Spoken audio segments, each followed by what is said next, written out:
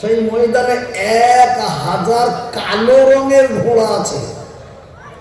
তার মাঝখানে যদি একটা ঘোড়া পাখরা থাকে, পাখরা বলেন তো, পিঠ সাদা, পা সাদা, কপাল সাদা, এইরকম যদি একটা ঘোড়া থাকে, তো এই 1000 কালো ঘোড়ার ভেতরে একটা ঘোড়া ওই রকম থাকলে তাকে চিনতে কষ্ট হবে কি? কষ্ট হবে না। আল্লাহ রাসূল বলছেন, আমার যারা উম্মত ছিল তাদের উপরে 5 ওয়াক্ত নামাজ ফরজ ছিল রে। আর ওই 5 ওয়াক্ত নামাজের জন্য ওযু করতে হতো।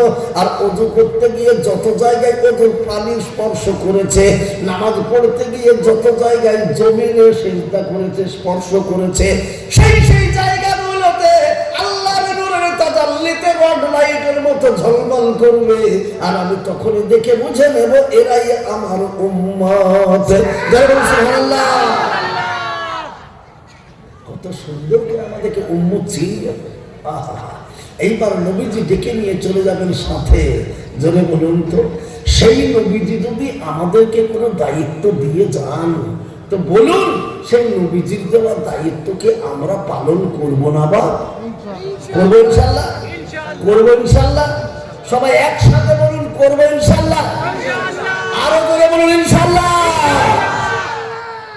এই দেখেন মুজাহিদ সামনে বসে আছে, সব জায়গায় এই মুজাহিদ চাই, কিন্তু ইনশাআল্লাহ বলাতে করে সুবহানাল্লাহ। দোস্ত আমার বুজুর্গ, তাই আমি বলছি, একবার আমি আপনাদেরকে জিজ্ঞেস করি, জোরে সরে বলুন তো, আজ আমাদেরকে এখানে বসিয়ে রেখেছেন কে? আল্লাহ। আমাদেরকে এখনো বাঁচিয়ে রেখেছেন কে? আল্লাহ।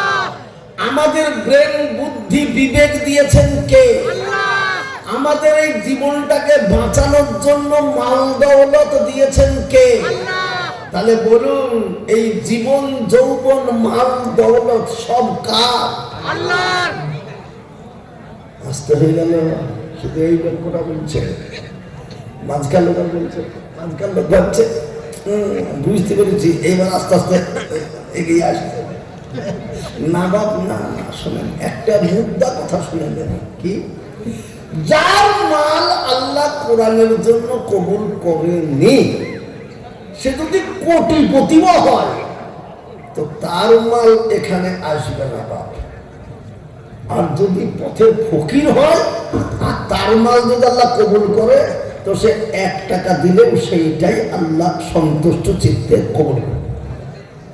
তাহলে এত চিন্তা কেন বাপ?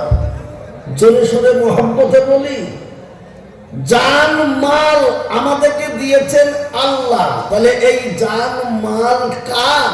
আল্লাহ। এত আসতে জোরে বলুন, জান মাল কার? আল্লাহ। এবার আল্লাহ বলছেন কোরআনে, ভালো শোনেন, কোরআন তো সত্য না মিথ্যা? কোরআন সত্য।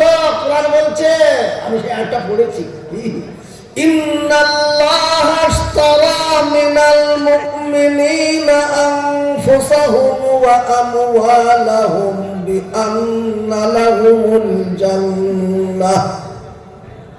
মুমিন, তোমার সবথেকে দামি বস্তু জান, জীবন। আর জীবনকে বাঁচানোর জন্য দামি বস্তু তোমার মাল।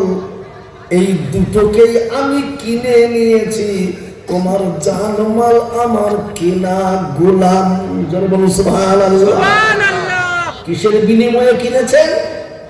আল্লাহ বলছেন, বান্দারে, জান্নাতে এরকম একটা ফুলের গাছ যদি থাকে, সেই গাছের একটা পাতা যদি মনে করেন কিনবো, পৃথিবীর কোটি কোটি সম্পদ দিলেও জান্নাতের গাছের একটা পাতার মূল্য দিতে পারবো না।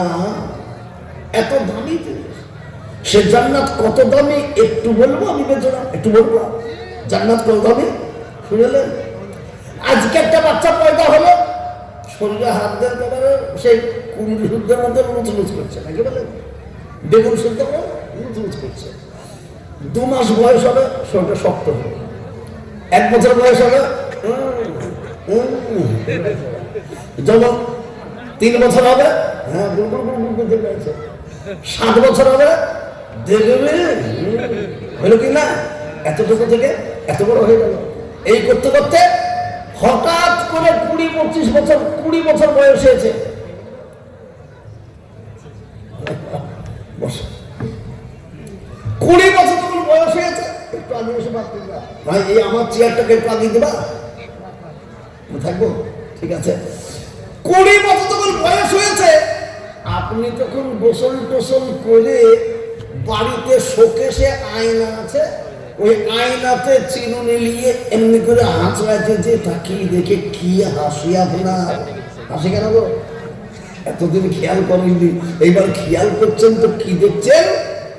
এই ঠোঁটের ওপরে সব কালো কালো চুল বেরিয়েছে, মানে কি মুচ বেরিয়েছে গো, এই আমটা বড় হয়ে গেছে, মুখ বেরিয়েছে, বড় হয়ে গেছে, হ্যাঁ হলো। এইবার যখন বিয়ে শাদী হয়ে গেল, বয়স প্রায় 40-এর ছোট হয়েছে, আর তখন এবার সেই শোকেসের আয়নাতে যে দেখছেন ভিতরে একটা সাদা, এর ভিতরে একটা সাদা, এর ভিতরে সাদা, বুড়ি হয়ে গেছে। এবার হাসলেন যেমন, তখন দেখে চোখের কোনা চামড়াটা জড়ো হয়ে যাচ্ছে, কি হলো? হ্যাঁ, এইবার যখন 60-এ পৌঁছেছেন, সোজা মানুষটা তখন একটু বেকা হয় না, বেকা হয় না, এর নাম দুনিয়া। কিন্তু জান্নাত, মেয়েরা যখন জান্নাতে যাবে বয়স হবে কত? 16।